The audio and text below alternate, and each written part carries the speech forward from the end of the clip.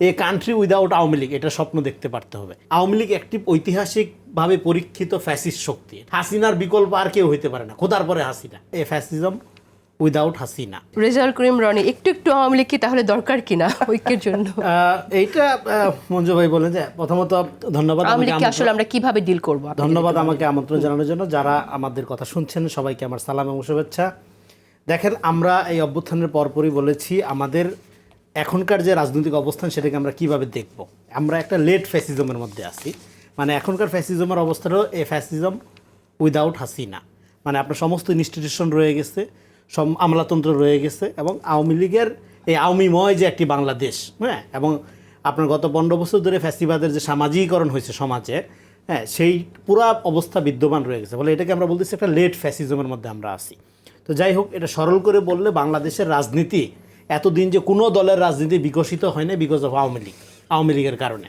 তো এখন আমাদের তাহলে কি লাগবে? তাহলে আমাদের একটা a country without Awami League এটা স্বপ্ন দেখতে পারতে হবে। এটার মানে কি? মানে হলো আওয়ামী লীগকে সাংগঠনিকভাবে নিষিদ্ধ করে না, যেই রাজনীতির কারণে আওয়ামী লীগ একটা ফ্যাসিস্ট শক্তি আকারে পরীক্ষিত ঐতিহাসিকভাবে, সেই রাজনীতিটা সমাজে ডিরুটেড করতে হবে। এখন আপনি আওয়ামী বিরোধী আওয়ামী লীগার যদি হন তাহলে সমাজে একই পরিণতি আগামীতে বয়ে আনবে। আরেকটা হলো আওয়ামী লীগ তো একটি পরীক্ষিত ভারতীয় শক্তি।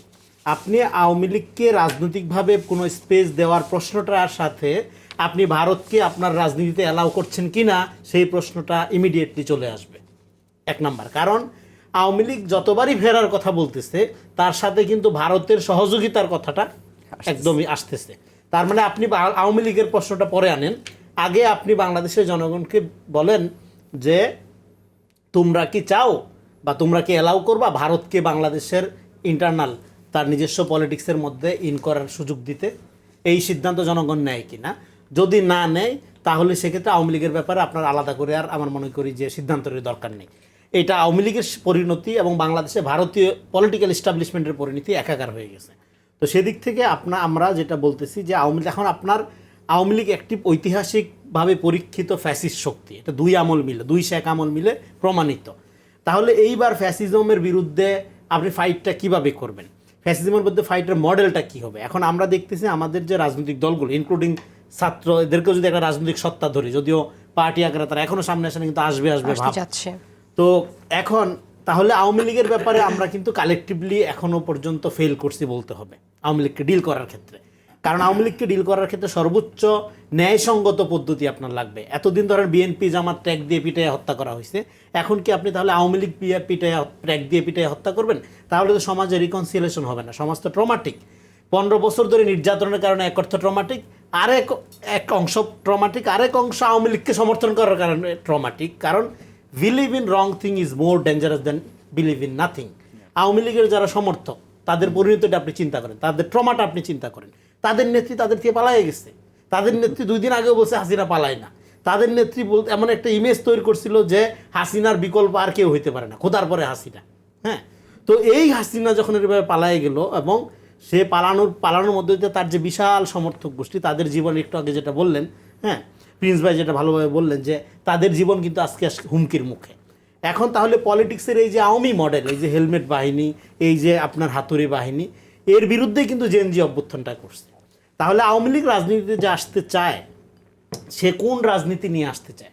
তার মানে সে ভারতের এস্টাবলিশমেন্ট এখানে আবারও প্রতিষ্ঠা করার জন্য আসতে চায়, সে আবারও এখানে ভয়ের সংস্কৃতি করার জন্য আসতে চায়, এবং এই আওয়ামী মডেলটার বাইরে যাওয়ার জন্যই তো আমরা স্ট্রাগল করতেছি।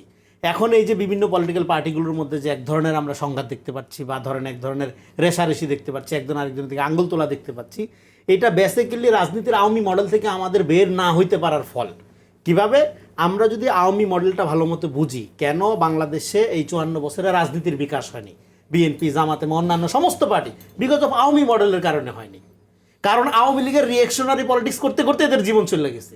15 বছর মামলা লড়তে লড়তে জীবন চলে গেছে। অবিকশিত করবে কোথায় নিজের রাজনীতি? ফলে আওয়ামী লীগ যেটা হয়েছে, এইটা হলো আওয়ামী লীগ হলে একটা, আমি জন্য বলছি যে এটা একটা এমন একটা জিনিস যে এইটা একটা ভাইরাসের মতো।